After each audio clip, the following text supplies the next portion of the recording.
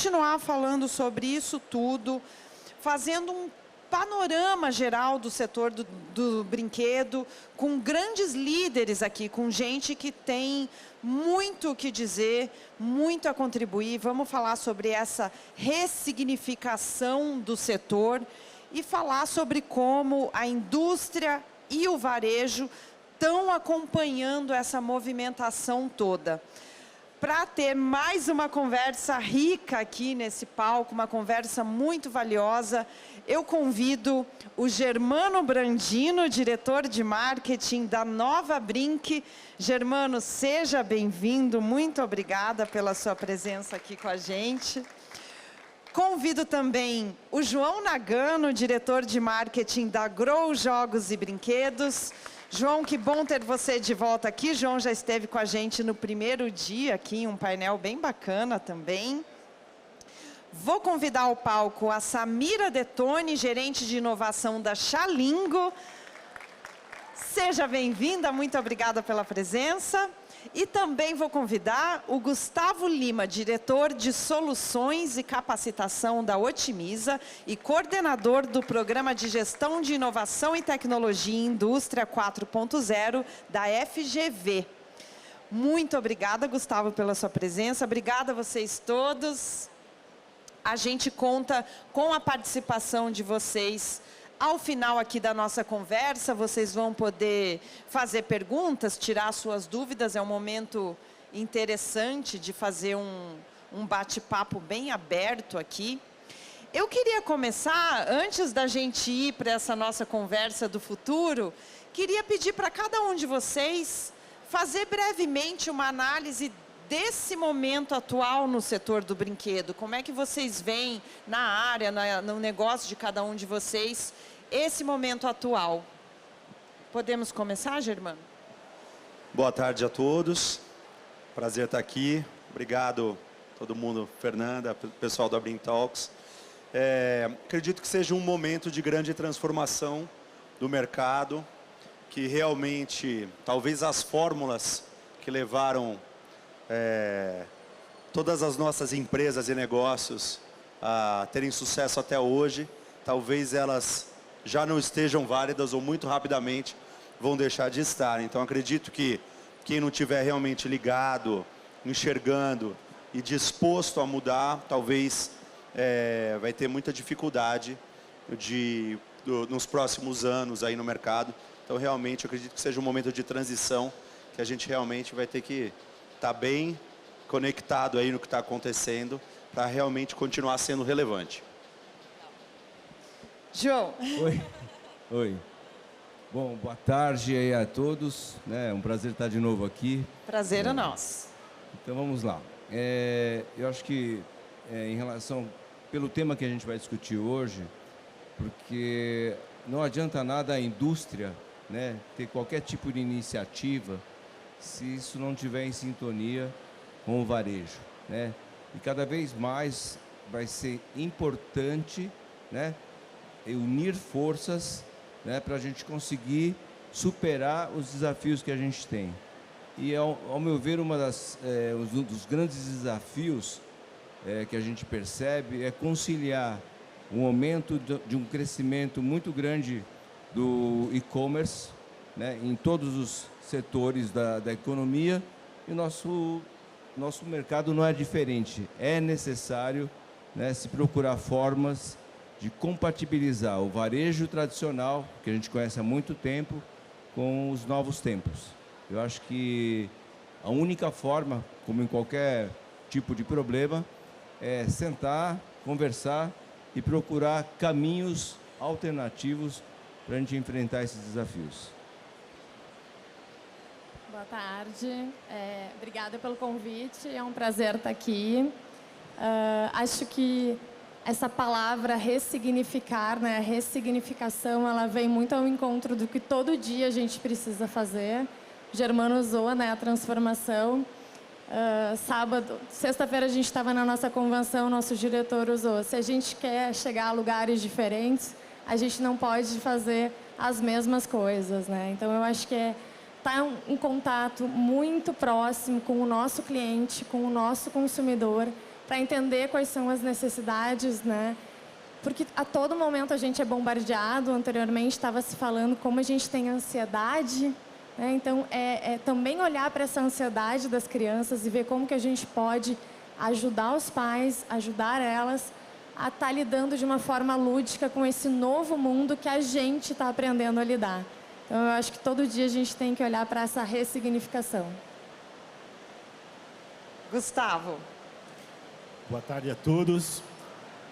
Estou trazendo aqui um pouquinho da nossa visão de provocação para o sistema produtivo, sistema de produção, uso de tecnologia, né? E a ideia é a gente trazer um pouquinho assim, o que a gente tem de possibilidades, né? E que quebras de paradigma já têm acontecido, né? Então a ideia é nesse sentido. Legal. Germano, a gente falou hoje aqui de várias tendências, né, de projeções para um futuro próximo. Você, no dia a dia do seu negócio, o que você está percebendo de tendências que estão vindo por aí? No que vocês estão apostando no brinquedo?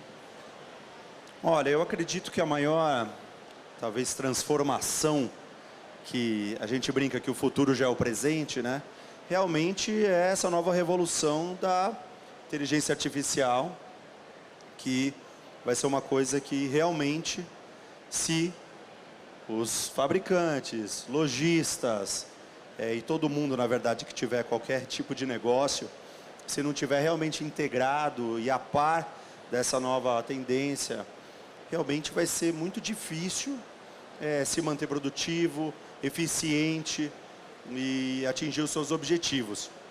Hoje, na Nova Brinq, a gente tem começado um processo realmente de entender a inteligência artificial com maior profundidade. E aí eu digo que hoje a gente já tem utilizado ferramentas de inteligência artificial em várias etapas dentro da empresa, desde o desenvolvimento de produtos até o RH. Então tem sido bem interessante isso. E não é uma escolha.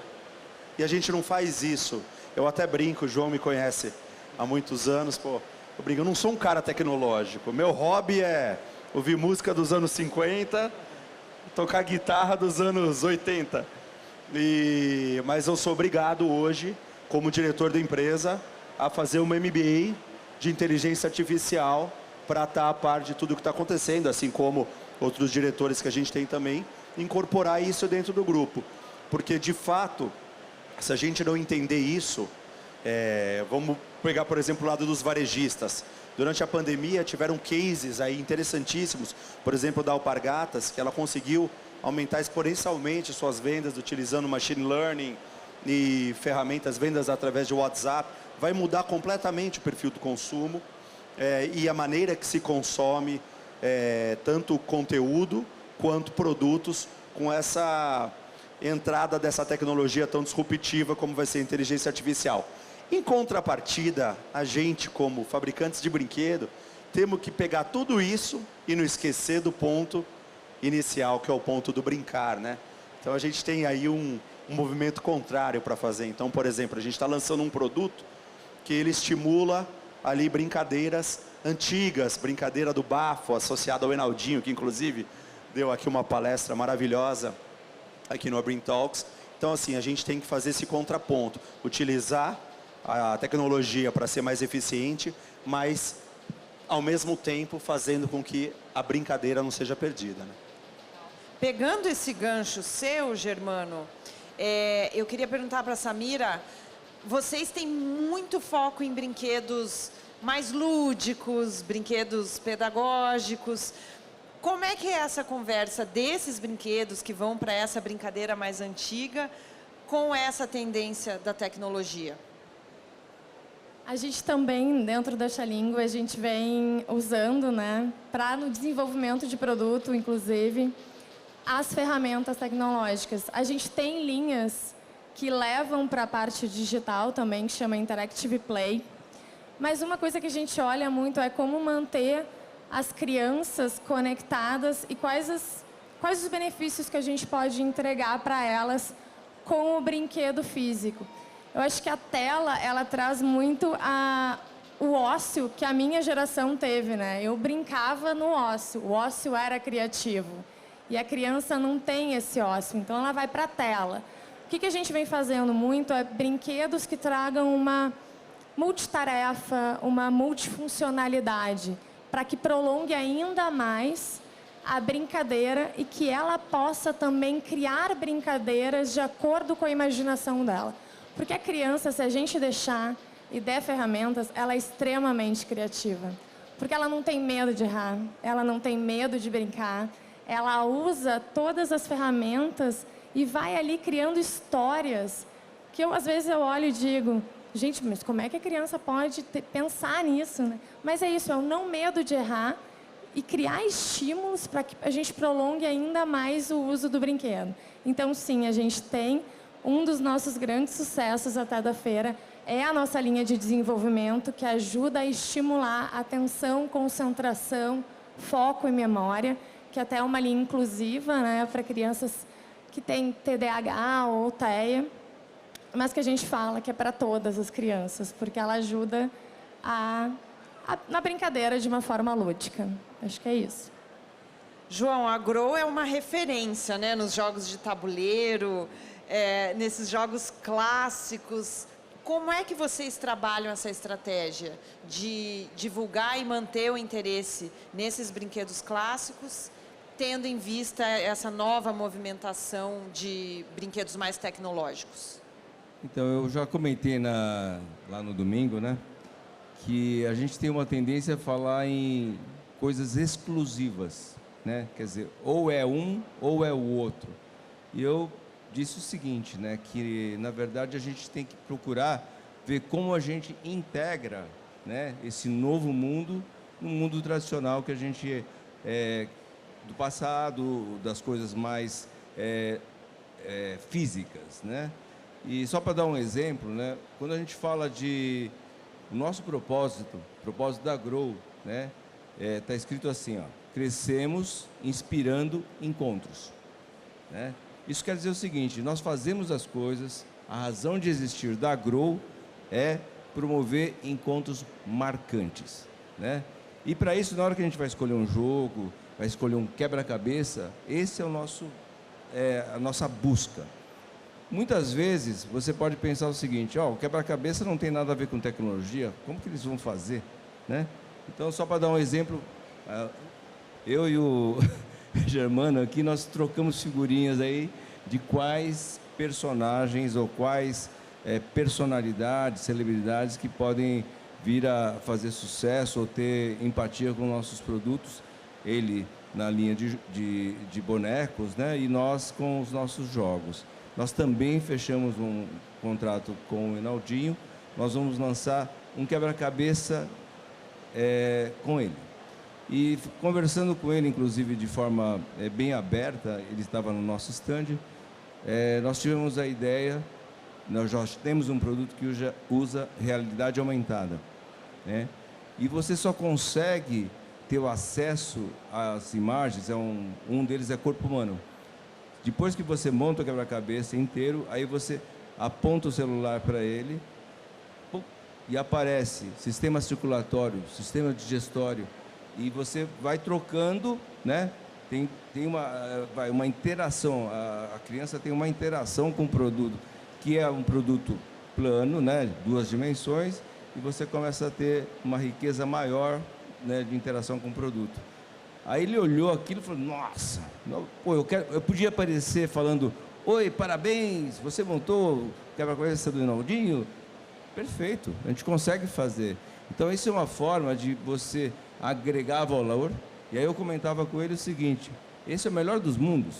Você investe uma vez, cria o aplicativo que você vai usar para fazer essa leitura, e toda vez que a criança brincar, ela vai poder ter uma experiência diferente, nova, e não vai ter custo a mais, né? Você investiu uma vez, a cada venda que você fizer, a cada produção, você não custa mais, é só você investiu uma vez.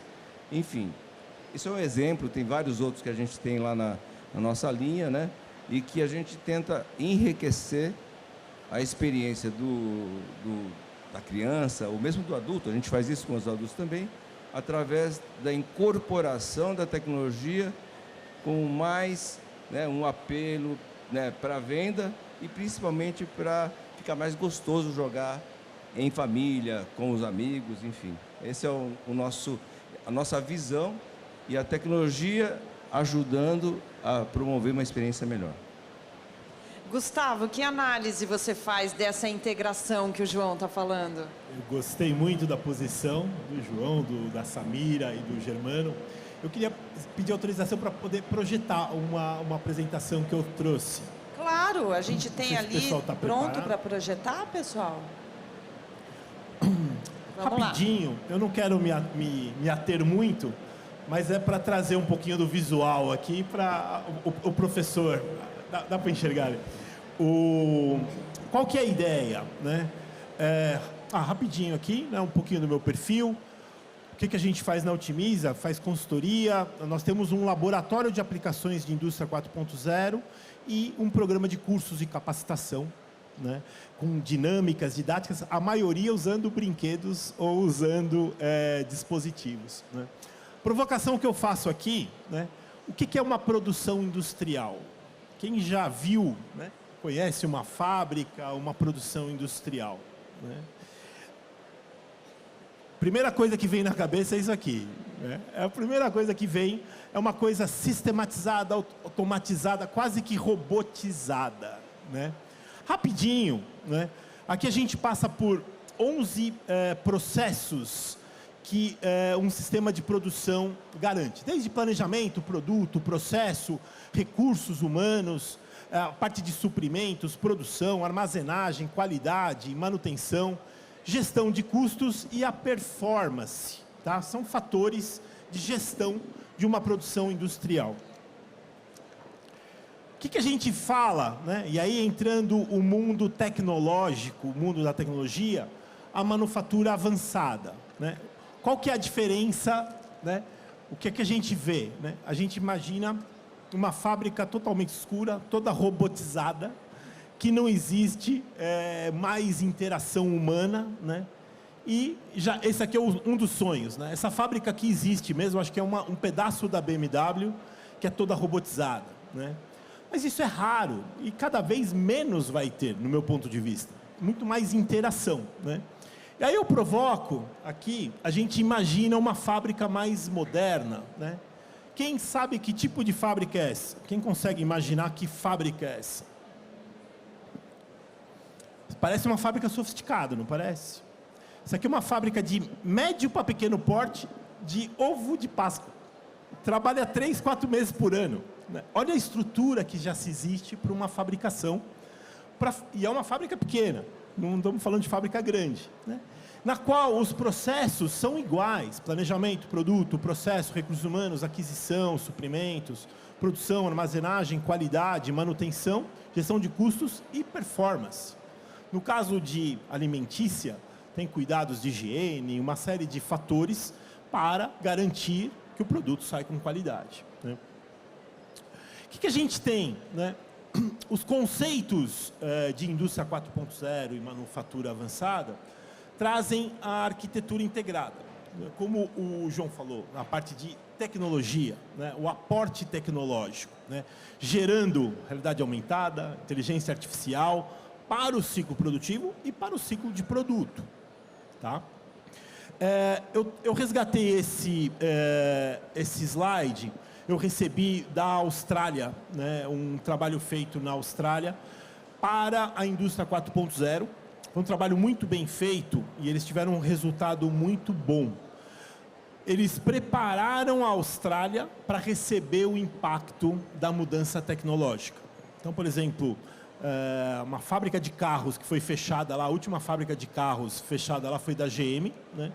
Só que o time de engenharia da GM triplicou lá, porque eles capacitaram pessoas em designer, em sistemas digitais, uso de inteligência artificial. A gente está trazendo para o Brasil o pessoal que fez IoT com inteligência artificial para monitoramento dos trens. Então, o trem da Austrália, que era um trem falho, quebrava, hoje é estado da arte. né? E eles trouxeram aporte tecnológico para isso, né? Por que eu resgatei isso? Um dos processos de industrialização, o pessoal me falou que não tem o vídeo aqui, mas a ideia é falar da manufatura aditiva, né? O que eu trago de provocação para a fabricação de brinquedos, e aí trazendo os meus colegas, né, com a disruptura da manufatura aditiva, né? O que ela traz, né? Ela traz a personalização com a qualidade na produção individual ou em escala menor, né? Customização. Então, a possibilidade de customizações, como vocês falaram, né, trazendo um depoimento de uma pessoa e colocando ela naquele produto, né, tecnicamente é fácil hoje em dia, né, não é difícil, né. Variedade de materiais, desde metal, né, eu trouxe aqui uma impressão 3D metal. Olha o peso dessa peça. Essa peça tem, acho que, 80% de vazio, feito impresso em metal, né? Essa aqui é uma de plástico mesmo. Olha a personalização, né? Esse é um personagem famoso que foi feito para um evento. E aqui já um dispositivo impresso em uma vez, mas já tem a mobilidade. Repara, isso já foi impresso com a mobilidade feita, né? Então, a manufatura aditiva traz prototipagem de baixo custo. Então, por exemplo, injeção de plástico, ela é possível fazer um molde impresso em 3D metal, eu já vi alguns funcionando, com uma particularização muito maior e com um tryout de 24 horas, 48 horas, né? Evitando um custo de longo desenvolvimento, né? Retorno rápido desse investimento, principalmente em ferramental, em coisa nesse sentido, né? Então, essa é uma provocaçãozinha. Claro, o uso de materiais menor, né, em termos de uso de desbaste e acabamento, é muito mais assertivo o uso do material, né? E aí vai, né? Então, a gente fala aqui um pouquinho do ciclo isso aqui já falando a abordagem que a gente traz da quarta revolução industrial, os benefícios da indústria 4.0, né? Todos aqueles fatores de gestão industrial, a gente busca o uso de ferramentas no máximo de resultado, na plenitude de resultados, né? Então, era isso. Uma provocação aqui que eu trago, né? Um artigo que eu escrevi em novembro de 2019, né? Falando, a indústria 4.0 já está ativa, já. E não é na Alemanha, não é nos Estados Unidos, no Brasil, né? A gente tem no Brasil tecnologias, né? Essa peça metálica, ela é feita com numa máquina brasileira de impressão laser de metal, aqui na Lapa, né? Foi criada a máquina lá. Então, até a ferramenta e as máquinas estão sendo feitas no Brasil, né? Então, essa é a provocaçãozinha. Legal, obrigada pela aula, Gustavo. João, como é que a Grow se prepara para o futuro? Tem métodos específicos? É o que? É pesquisa, é consultoria? Como é que funciona no dia a dia? Como a Grow se prepara? Olha, a pergunta... Bom, vamos tentar responder. Embora nós temos um setor, né, e todo mundo que já tem algum contato, você já trabalhava no setor de brinquedos e foi para Xalingo? Ou está 1 ano e meio, mais ou menos? Eu trabalhava no setor de calçados. Ah, tá. E aí tive uma breve passagem pela Cria Amigos e aí a Xalingo me chamou. Perfeito. Então, talvez, né, o Germando, que está mais tempo na estrada, ele tem essa cara de jovem, mas ele não é tão... Né? Aliás, ele começou muito cedo, né? Criança, né? É verdade. Então, mas olha só, um dos problemas inerentes da indústria no Brasil de brinquedos é a questão da escala, né?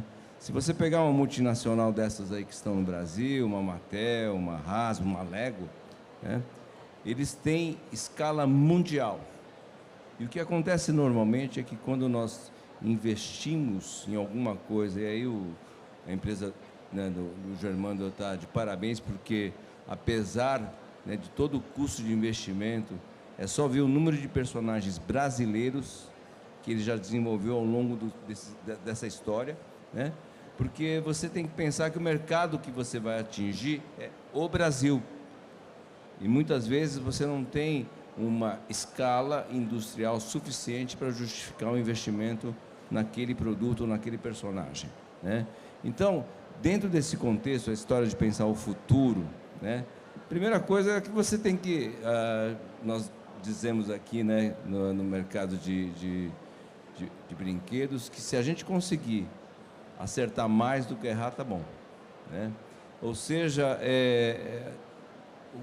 parte do que a gente faz para o futuro é observando, eu já comentei no domingo também, é observando os sinais que existem ao seu redor, né?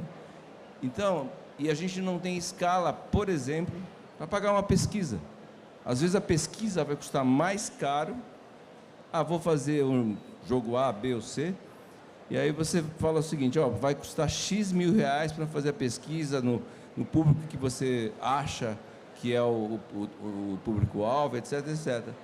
Aí o que você faz? No caso de um jogo de investimento relativamente baixo, você testa, faz o jogo e vê o que acontece, ao invés de fazer uma pesquisa, porque a pesquisa acaba não sendo economicamente viável, né? Então, o que a gente tenta fazer, primeiro, é exercitar essa análise, essa leitura da realidade que está te cercando, em tudo, né? Entretenimento, games, tudo, né? O que está acontecendo hoje na internet é um negócio maluco, porque você tem que pegar e estar conectado em várias áreas ao mesmo tempo para tentar achar aquela oportunidade. E às vezes a gente acha, explode um produto, né? Já aconteceu, né? Às vezes acontece, né? E a gente tem não existe um processo tudo estruturado, né? Que você coloca no computador e sai lá, lança que vai fazer sucesso. Não tem, impossível. Eu estou há quase 40 anos no mercado e eu digo para vocês que os grandes sucessos, sim, foram o resultado de algum insight. Muitas vezes, quem criou o Tamagotchi, né? Quem criou vários sucessos que a gente viu no passado, né? São insights, tem criadores aí no mundo inteiro, né?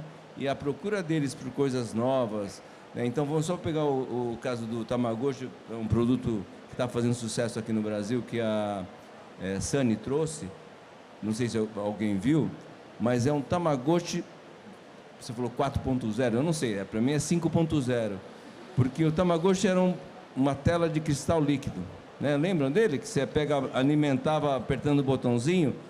Eles fizeram, né, da Spin Masters, que é uma das empresas de maior projeção de brinquedos no mundo, né? E eles fizeram que o bichinho aparece por efeito de uma movimentação muito rápida e com luz. E é meio virtual, assim, não tem tela. Aí você põe o dedo no negócio lá para sentir a coisa e você fica... É um mágico. Holográfico. E aí holográfico. Aí você pega e começa a fazer a alimentação, né, do bichinho virtual. Você fala, é muito louco, né? Então a gente tem esse tipo de coisa e assim, quando você acha essa ideia, né, ela vai fazer sucesso se você tem bons resultados. Então é só para resumir, né, a gente tem que usar muita sensibilidade, muita conexão com o que está acontecendo para descobrir. E, infelizmente, ainda não tem uma bola de cristal para saber qual é o próximo sucesso de brinquedos. Acho que de nada, né? Então, é mais ou menos isso. Germano, eu queria que você falasse um pouco sobre isso também e, se possível, levar já para um lado do varejo. O que você acha que o varejo pode fazer para se preparar para essas tendências futuras? Eu acho que o João, ele abordou bem o tema no início da fala dele a respeito, primeiro, essa grande transformação das vendas das plataformas digitais, né?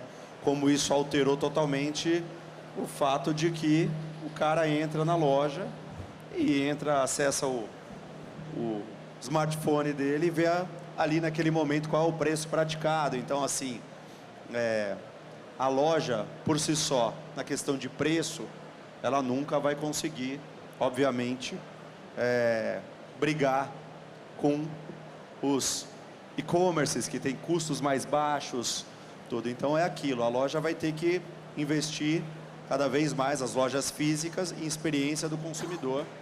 E isso vai ser uma briga dura, ou ele vai para a briga do extremo do preço.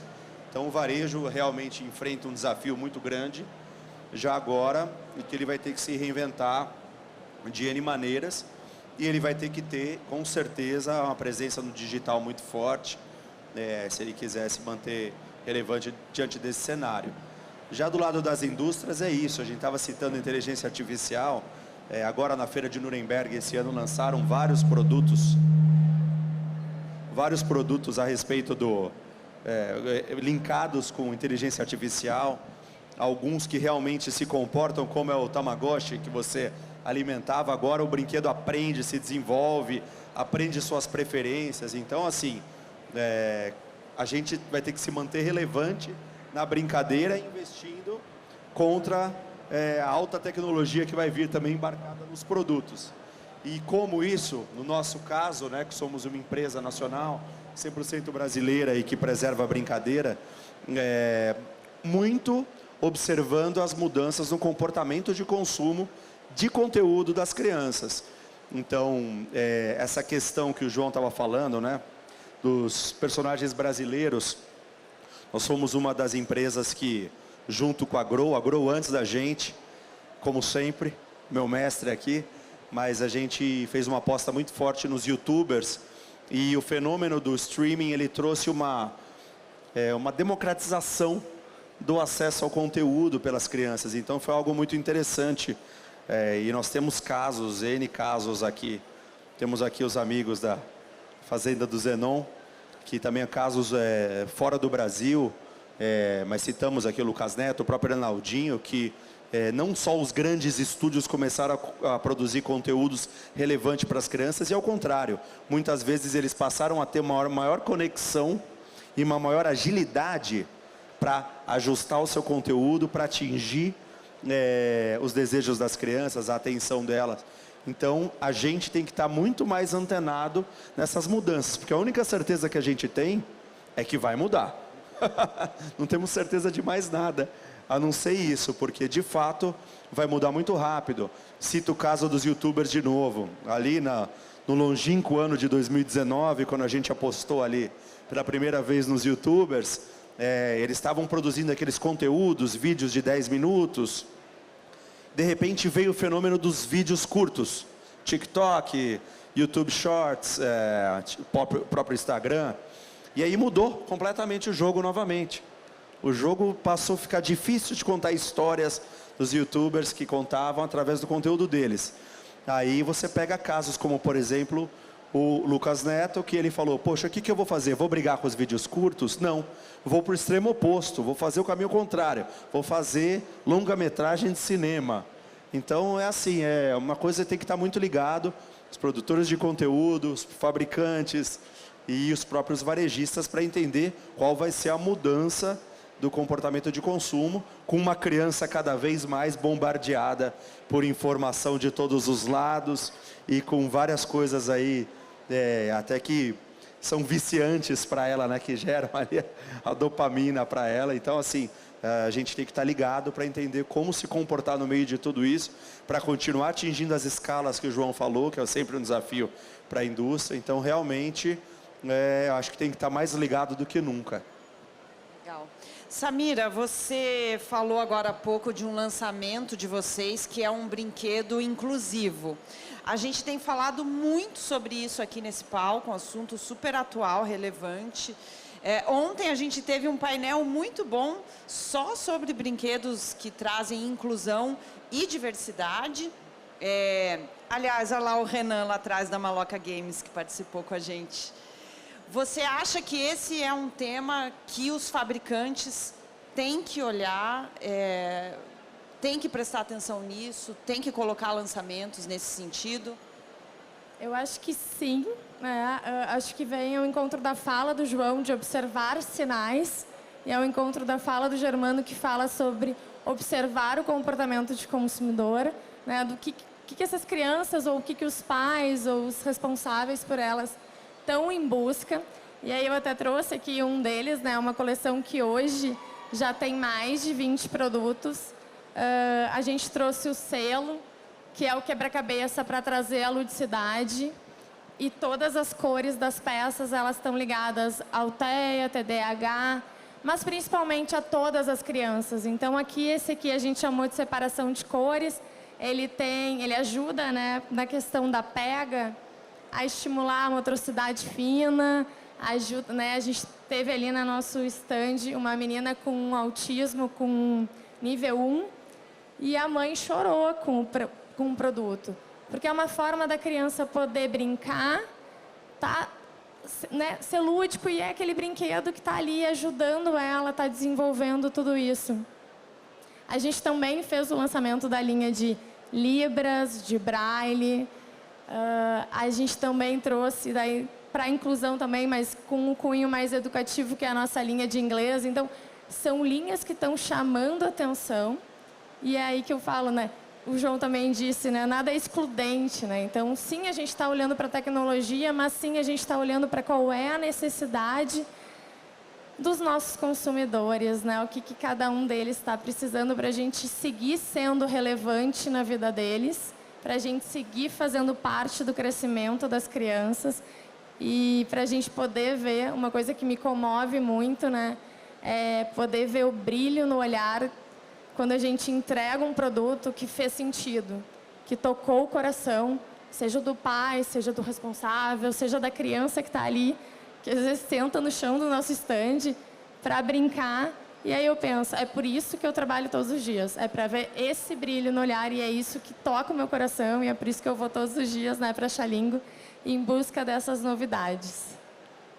Gustavo, tem muitas oportunidades nesse sentido, tanto para o varejo quanto para a indústria? Acredito que sim. O varejo também está utilizando muito de ferramentas granulares, né, na busca de nicho, especializações em conteúdos específicos. Eu acho que isso também é uma tendência, apesar da escala e do e-commerce puxar, vamos dizer assim, o grande da curva, a moda, o alto dos números, existem as variações, né? E os espaços para nichos continuam a ser descobertos, né? Então, acho que existe espaço para muita oportunidade. As inclusões de públicos, padrões sociais ou até culturais diferenciados, regionais, estão aí, né? Claro, acertar na mosca de um produto global é uma rentabilidade maior, mas é uma brincadeira em termos de operação proporcional, né? Mas a busca de nichos também é uma oportunidade, né? Então, acho que no varejo e na busca dos canais e das tribos, dos grupos, dos nichos, tem muita oportunidade para ser trabalhada com volumes proporcionais e com rentabilidade, né? Buscando rentabilidade. Claro, os nichos maiores, ou assim, os nichos transversais, né? Que atravessam vários nichos e conseguem ter uma presença, né? Por exemplo, minha juventude eu cresci jogando War, né? Não tem como. Obrigado. Meus sobrinhos jogam War e arrumam briga a noite inteira até hoje, né? E a gente participa porque acaba sendo uma coisa gostosa. Aí eu lembro, aí fazer foi um primo meu que criou um designer para provocar no Rio de Janeiro. Ele fez o War in Rio. Foi um primo meu. E ele fez um nicho e criou acho que até um... Eu recebi a matéria... Está funcionando? Eu recebi a matéria com o War in Rio. Isso. E era uma briga entre as favelas. Exato. Não era isso, sabe? Exato. Ele chegou a desenhar o tabuleiro. Com não, eu vi isso aí. Esse meu primo é um carioca da Gema. Seu primo? O Fábio é designer, ele chegou a fazer até o logotipo da Olimpíada do Brasil. Ele tem e ele não quis que o produto seguisse, porque ele achava que era uma antítese da mensagem positiva, né? Era uma mensagem muito negativa, era uma provocação, era uma sátira, né? Mas esse tipo de produto poderia ter sido vendido, né? Ele acaba particularizando, né? Então eu acho que existem oportunidades. Resgatando um curso até que eu ajudei a traduzir para o Brasil, é um curso de plataformas de engenharia, né? Na qual você tem produtos que ele tem a escala e você particulariza para aplicações de nicho, por exemplo, né? Então, o uso de estruturas de escala, né, para você poder particularizar produtos, como assim, a estrutura principal dos produtos tem a escala já diluída, por exemplo. Mas as customizações, né, por exemplo, eu até tenho para mostrar aqui um quebra-cabeça feito impresso em laser, né, que tem os desenhos, que você poderia particularizar os desenhos da geometria até, né? E, claro, aí tem uma imagem a ser aplicada, tem algumas aplicações. Claro, isso tudo é uma oportunidade. Posso te interromper? Por favor. Posso te interromper um pouquinho? Até para te ajudar no que você está comentando, porque nós temos um produto que chama-se Photopuzzle, né? Não sei se todo mundo conhece, mas é um produto muito simples, né? Ele é um quebra-cabeça, só que nós desenvolvemos um processo que você manda o arquivo da sua foto, da sua filha, do seu filho, de uma festa, da família, né? Manda para a Grow e depois de um tempo você recebe o quebra-cabeça que você escolheu de 350, não tem ninguém da minha equipe aqui, né? Com um certo número de peças, né? 360 peças, se não me engano, ou tem outro modelo de 100 peças, enfim. Com a sua imagem cortada com o quebra-cabeça desmontado para você montar. É um quebra-cabeça da sua foto. Então, a gente chamou de Photopuzzle. A gente só não promove nas redes sociais que a gente enfrenta... Não, o problema é que a gente faz a impressão uma por uma e os fornecedores não gostam porque no processo, que eu não posso contar como que é, não dá para você... digamos que não é interessante comercialmente. Mas a gente está trabalhando em, talvez a gente comprar uma máquina e tal, mas, primeiro, antigamente a gente fazia com ampliação fotográfica, era um horror, né? Custava muito mais caro e não ficava tão bom. Hoje, a gente usa impressoras, né, digitais, né, que você imprime e faz. Né? Então, é só para reforçar que a tua provocação, no nosso caso, nós aceitamos. Faz sentido. Excelente, João. Obrigado. Antes de abrir para a plateia, eu só queria uma última pergunta aqui. Eu achei interessante vocês falando que trocam figurinhas para ver os personagens que vão fazer sucesso e tal. Só as repetidas. Vocês acham que o setor de brinquedos está suficientemente unido ou não? Falta união? Você quer que fale a verdade ou fala o que é bonito para a câmera? Verdade, aqui a gente quer a verdade. Posso falar, João? Fala, por favor, eu prefiro que você fale. Eu acho que o setor está longe de estar unido entre fabricantes, está longe de estar unido entre varejistas, apesar de ter movimentos com boas ideias. E o pior, está longe de estar unido entre fabricantes e varejistas. Como o João falou, a gente procura trocar ideias, tudo para desenvolver cada vez mais, mas no nosso caso é especial porque temos uma relação de muito tempo, mas no caso, por exemplo, da Nova Brinq, nós temos hoje uma parceria também de marketing com outras empresas para a gente desenvolver trabalhos de trade marketing que seria muito difícil se a gente fizesse sozinho para atingir a escala necessária. Então a gente uniu um grupo com 5 empresas para fazer esse tipo de trabalho, no qual a gente compartilha informação, faz investimentos em conjunto. Então a gente tem que abrir um pouco a cabeça para entender que cada vez mais você está sozinho tentar fazer sozinho as ações vai ser muito difícil, principalmente em momentos desafiadores, como que a gente enfrenta hoje do mercado. Sozinho, com certeza, vai ser muito mais difícil. E demanda muita união, porque no fim do dia, para quem vive só de brinquedo, para quem acorda de manhã para ir para a fábrica e viver de brinquedo, assim como os lojistas, os que vivem de brinquedo o ano inteiro, mas também os que o brinquedo é muito importante para eles, se a gente não se der as mãos, não tem jeito, cada um correndo atrás do seu, uma hora ou outra começa a não parar de pé mais o negócio de brinquedo. Então eu acho que tem que melhorar muito. Só assim, assino embaixo aqui, né, o que o Germano comentou. Eu só queria, não sei se vocês chegaram a ver os botões que estão sendo distribuídos pela Brinq, né? Eu acho que já é um pouco uma resposta, né? Aqui a frase que está aqui nesse botão: eu quero o brinquedo no dia da criança. Tá?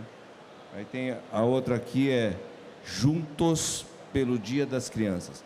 Existe uma campanha que está sendo disparada e que está sendo trabalhada. Eu faço parte do comitê aí que está trabalhando em cima desse tema, que é fazer com que o brinquedo seja muito mais importante dentro do cenário da família, né? Dentro da vida social, né? E não é que a gente tem que brigar com o celular, não é que a gente tem que brigar com o tênis, a roupa, né? Mas o que a gente está tentando dizer é o seguinte: criança gosta de brinquedo. É importante que se dê presente, como presente, né, para a criança o brinquedo. Isso porque ao longo dos anos, né, o significado do brinquedo dentro do seio da família tem mudado. E isso a gente quer fazer uma campanha de conscientização para tentar ter uma nova leitura do que significa o brinquedo na família, na sociedade, né? Então isso tem a ver com o que você está comentando e com esse tema aqui. Infelizmente, né, para nossa até decepção, nós tentamos fazer uma reunião que envolvesse licenciadores, a indústria e o varejo. E infelizmente eu não podia estar, que eu estava viajando, né? Estava fora. Foi um fiasco. Foi um fiasco. Não apareceu ninguém. Só o pessoal da indústria, né? Então, sendo bem sincero, é igual, sabe, reunião de condomínio, aquelas coisas, né? Você chama, ninguém aparece. Está com problema, né? Mas ninguém aparece. Então, é um problema para ser assim, mas vamos dizer assim, nós não vamos desistir. A campanha vai acontecer de alguma forma, talvez não com a contribuição de todos os setores que a gente gostaria. Mas em nome da Brinq, aqui eu estou falando um pouco em nome do Cinésio aqui, né, a gente vai trabalhar nesse sentido. Você quer complementar, Gustavo? Só complementando, a gente tem na Fundação Getúlio Vargas alguns estudos setoriais e a gente tem um grupo matricial que se propõe a sustentabilidade e a competitividade de setores, né? E um estudo de um colega nosso fala que se o Brasil não construir clusters competitivos em 7, 8 cenários, o Brasil vai perder a onda do acesso de empregos de qualidade nesses setores, né?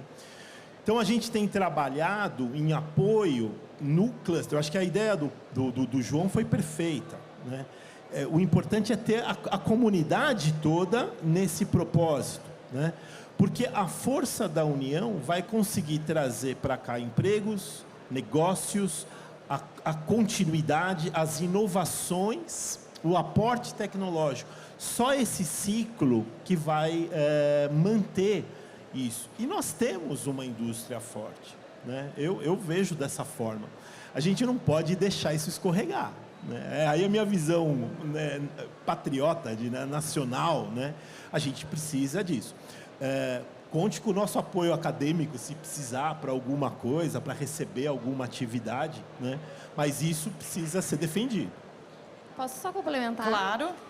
Eu acho que a gente vive numa era de muita tecnologia aberta, né, em outros setores e da cocriação.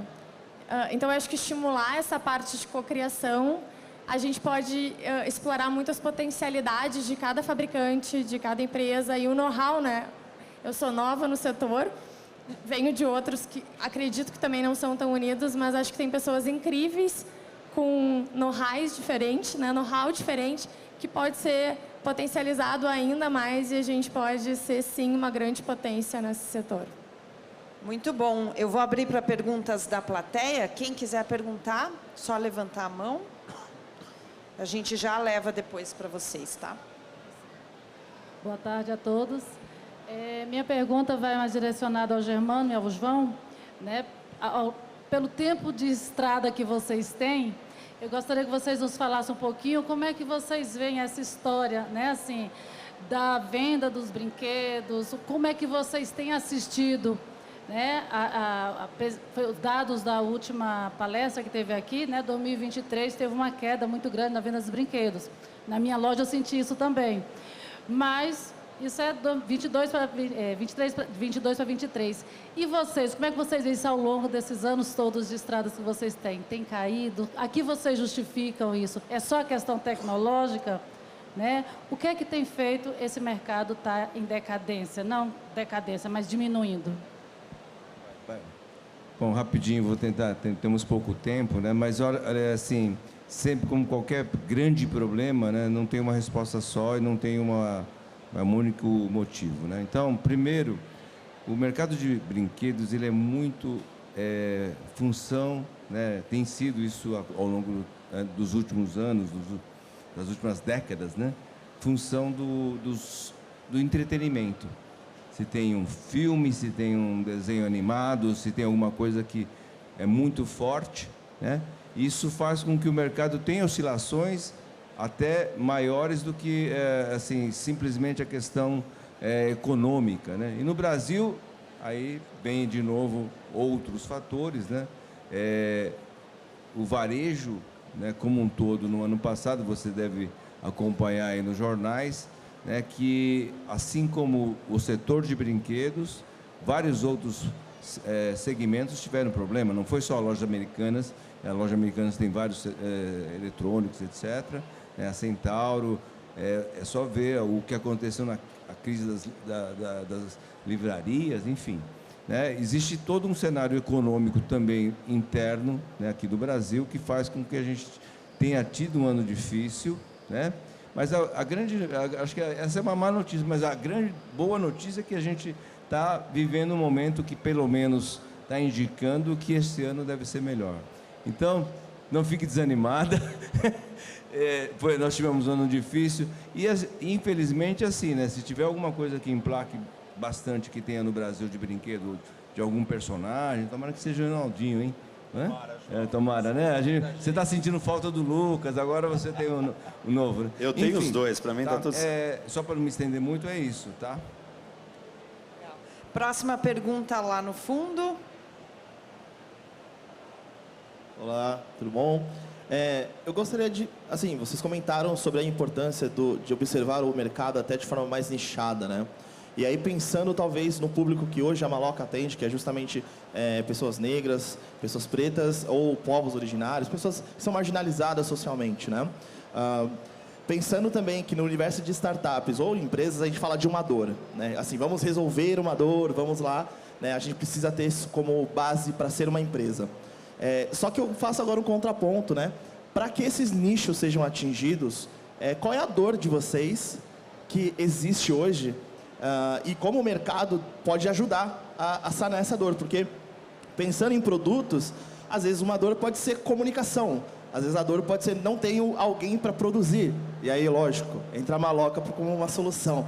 Mas, tirando isso da frente, fica a minha provocação de qual é a dor de vocês hoje para atender esse mercado que também está com dor. Eu pedi licença aqui, meus companheiros, porque eu queria contar um case para você que é muito interessante.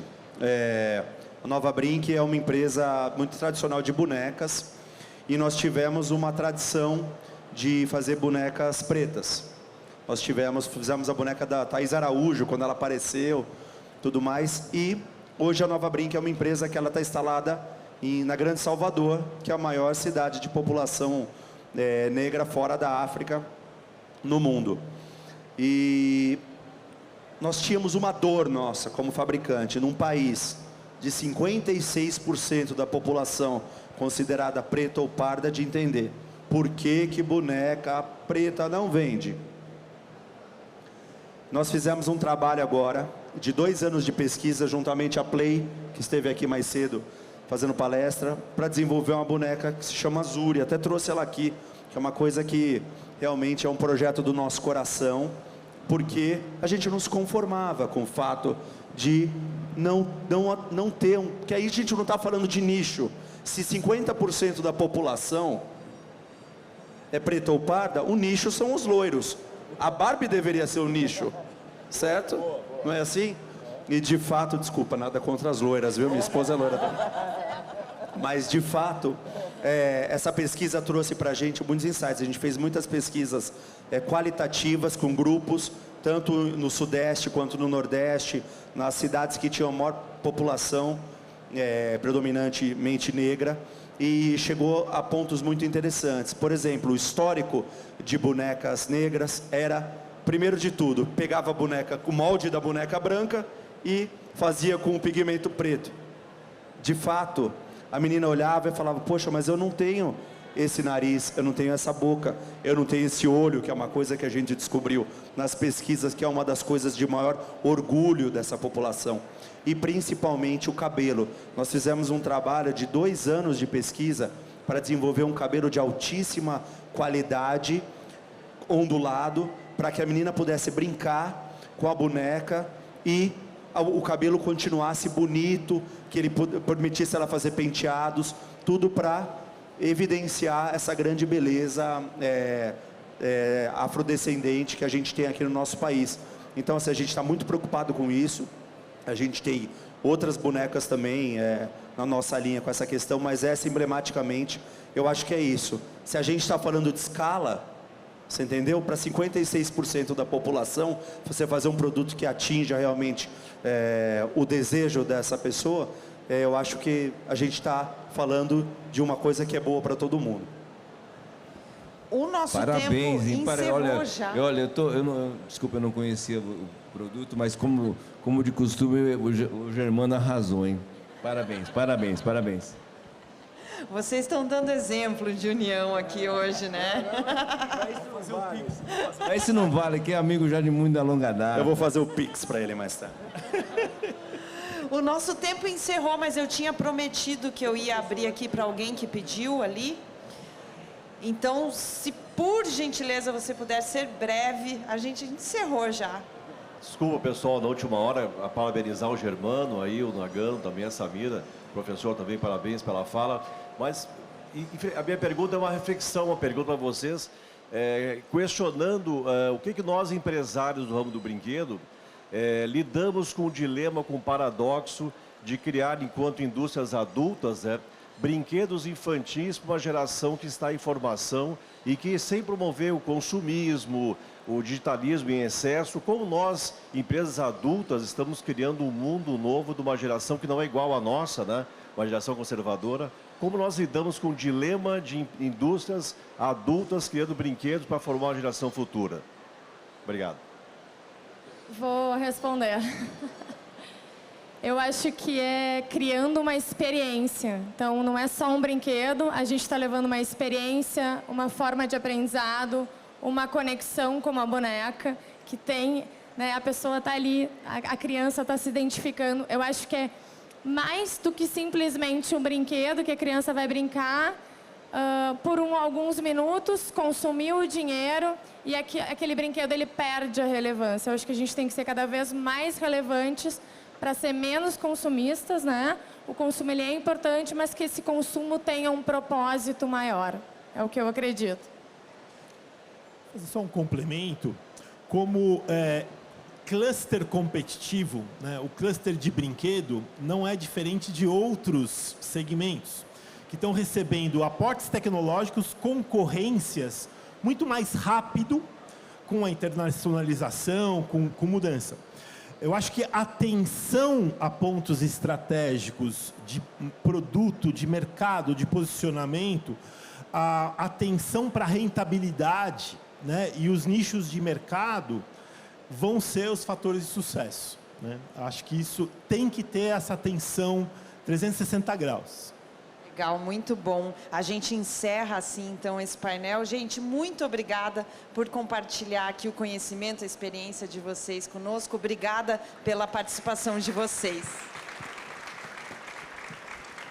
A gente tem um presentinho aqui para vocês, para agradecer pela presença no Abrim Talks.